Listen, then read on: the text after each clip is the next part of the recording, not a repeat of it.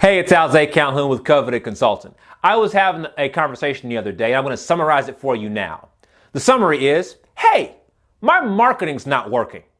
Let's talk about it. So we were having this conversation, and this gentleman runs a marketing agency, actually. Profitable company, really good company. They do really good work.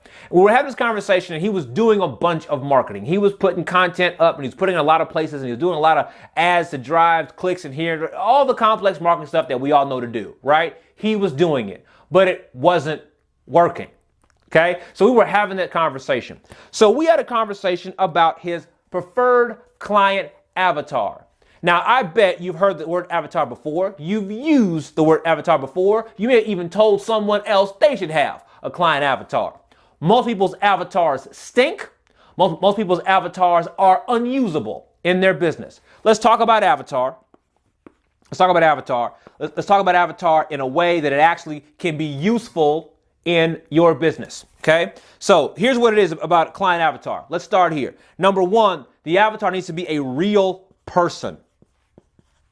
I can't tell you how many well-intentioned business owners have invented someone. Oh, we serve people who are 7 feet tall from Mars with green skin and want to buy our stuff. What?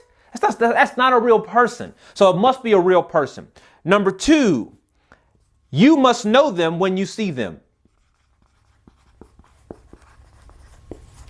So this real person, you got to be able to identify them. So if you met them in the store, you go, oh, you're my avatar. If you bump across them when you walk across the street, oh, there's my avatar. If you read an article written by one of them, you go, oh, sounds like my avatar. You got to be able to identify your avatar when you see them. Here's the other part. They must be able to identify themselves.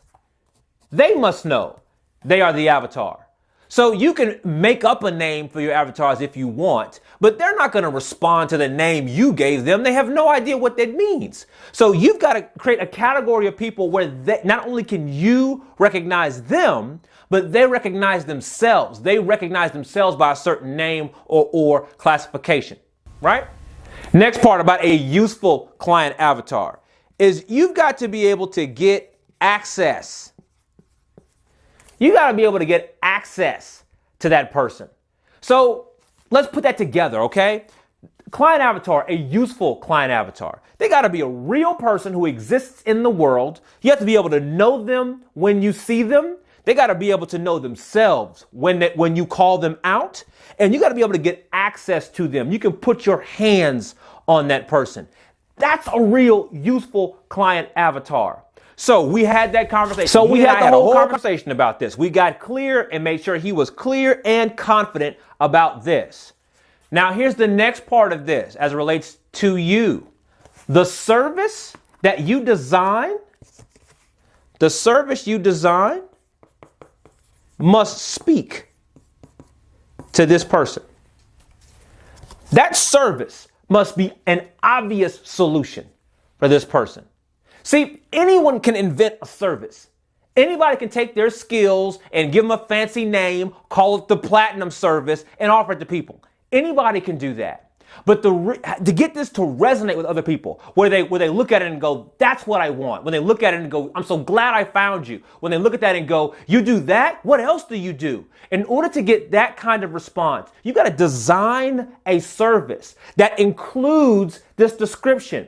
In other words, your avatar should be baked into the service. It shouldn't be considered separate. They're one and the same. So the big takeaway for you here is that you just can't keep doing marketing.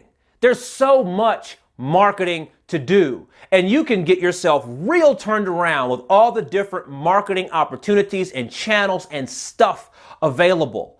But you have to be sure that what you do in the world of marketing is completely in sync with the services that you're offering. And that's a product of your design. You have to design those two things to speak the same language. What I'm talking about is an intentionally designed, productized service. If you do it right, not only do people know who they are, where you call them out, you can get access to them, but when you put a service in front of them, they can immediately say yes because you designed it that way.